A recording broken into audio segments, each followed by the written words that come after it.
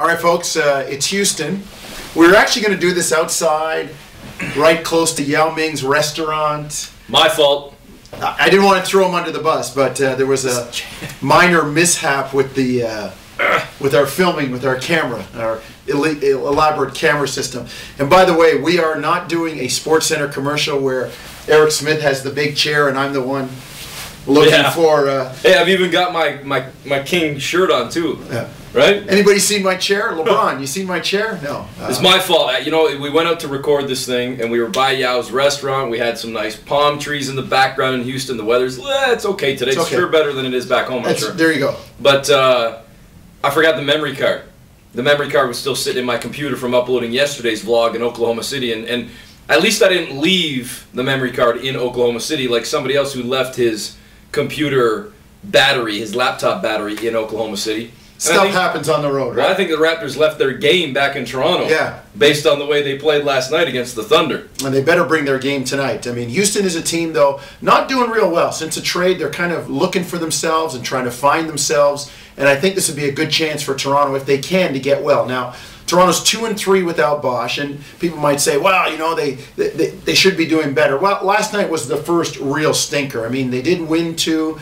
The Portland game, I thought, was more of an adjustment without Bosch to a better team, and they were right in it against Cleveland. Last night was really the first stinker, but traditionally, Eric, over his time in Toronto, without Bosch, the Raptors have not been a good team. So this is... They've been a terrible team. This is nothing new, in a sense, and for people to be upset. I think you'd be upset at the result and the effort and the way it looked last night. Sure. Absolutely, but the fact that they're losing without Bosch is, well, expected. I know I'm going to get killed for this probably, so hey, you know what? Here's the preemptive strike for anybody out there that wants to rip. Fine, go ahead.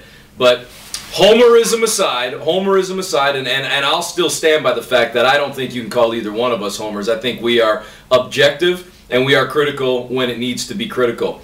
That said, if and it's a big if the Raptors get the win tonight, and Bosch returns on Friday, which is not a guarantee by any means. True. But you've got Tuesday, Wednesday, Thursday off, all day Friday. And he's been home getting treatment already. He hasn't traveled with the team, so he's home getting treatment. So this is all based on an ifs and buts and what ifs. If he plays Friday, if the Raptors win tonight. If you go 3-3 without your best player, is that not pretty good? That's pretty good. Now, if they lose tonight and they go 2-4, it's not great, and your only 2 wins were against, obviously, the bottom feeders when you talk about New Jersey and Washington. But if you go 2-4 and can get him back, granted, you know how tight it is in the East. It's starting to jam up a little bit. But you've got New York coming up. You've got some winnable ball games coming up. With New York and Philly. Philadelphia. Later on this month, after your nasty trip, you got another one against Jersey. So I don't know that the sky is falling. You have to really factor in. Listen, Turkoglu needs to be better. Bargnani needs to be more consistent. Those are the 2 guys that you look to step up in Bosch's absence. Jarrett Jack did not play well last night, and he's been arguably their best player, with or without Bosch in certain stretches.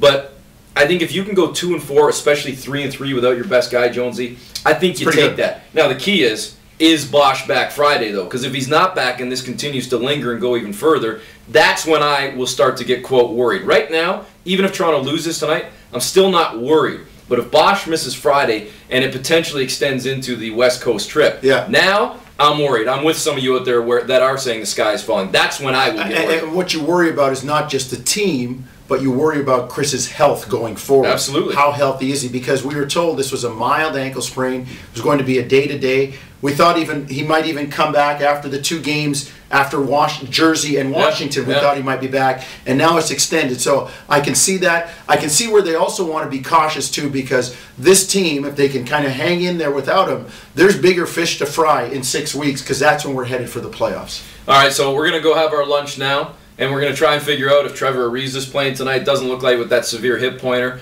Apparently Shane Battier with the flu-like symptoms. He's still got Kyle Lowry with the ankle sprain. As Jonesy mentioned, they're trying to get used to some new bodies as well. So that potent second unit, number 2 in the NBA in terms of bench scoring, not as potent with some of those weapons not there. And I'm still waiting to see how this goes long term. I said this to you on the bus the other day. Aaron Brooks has been unbelievable this year. Can't take anything away from Kevin Martin, but Jonesy, those are 2 relatively small, sort of skinny guys in the Western Conference. You've got a backcourt combo of Brooks and Martin. Long term, I'm still kind of taking the wait-and-see approach. With some of the studs in the Western Conference, too. Aaron Brooks, as you said, though, Eric, no doubt, he has been tremendous. He is their leader. Another thing to look out for, Houston has the 3rd best home field goal percentage. They shoot the ball very well at home, and Eric talked about their bench and how well their bench does. A couple of things for Toronto to be aware of. Here's the other thing. Rockets lost their last game, a blowout to the Utah Jazz. Right. They are 19-9 in games following a loss. All right, lunchtime, as I just said a couple moments ago, it's not Subway today. Potbellies. Down in Texas, Potbelly subs. Unbelievable. Unbelievable. All right, folks, while we eat and get ready for tonight, you can hear us then.